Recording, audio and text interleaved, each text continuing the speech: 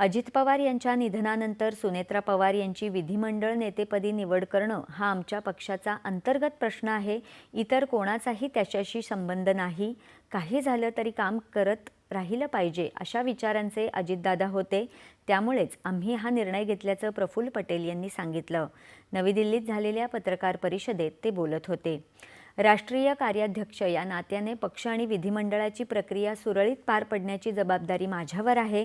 मात्र मी अध्यक्षपदाच्या स्पर्धेत नाही असंही पटेल यांनी स्पष्ट केलं।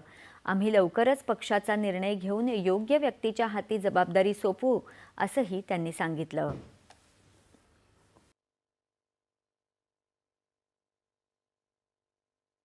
आम्ही आमचा पक्ष आहे, आम्ही योग्य निर्णय ते घेणार आहोत आणि माझ्याशिवाय घेणार आहोत। आता त्याच्या पलीकडे मी काय तुम्हाला खुलासा करू शकतो?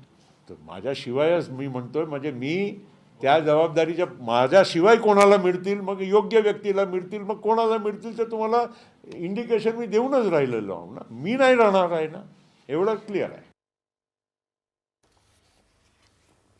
स्थानिक स्वराज्य संस्थांच्या निवडणुकांमध्ये दोन्ही राष्ट्रवादी पक्षांमध्ये मतविभागणी टाळण्यासाठी समन्वय साधण्याबद्दल अजित पवार यांनी चर्चा केली होती। मात्र विलीनीकरणाचा कुठलाही प्रस्ताव किंवा अंतिम निर्णय झाला नव्हता असं सांगत काल्पनिक चर्चांवर विश्वास ठेवू नये असंही पटेल म्हणाले।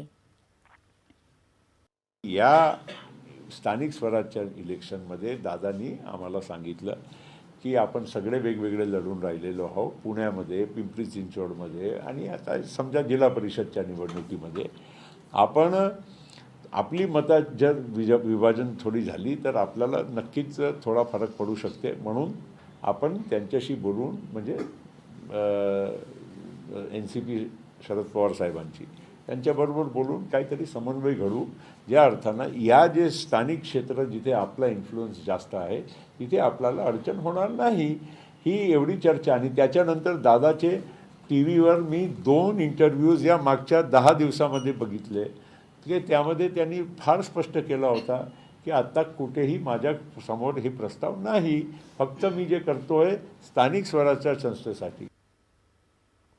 सुनेत्रा पवार यांना सरकारचं कामकाज समजून घेण्यासाठी वेळ लागेल, त्यामुळे अर्थ खातं सध्या मुख्यमंत्र्यांकडेच असेल। अर्थसंकल्पीय अधिवेशनानंतर अंतिम निर्णय घेतला जाईल असंही ते म्हणाले।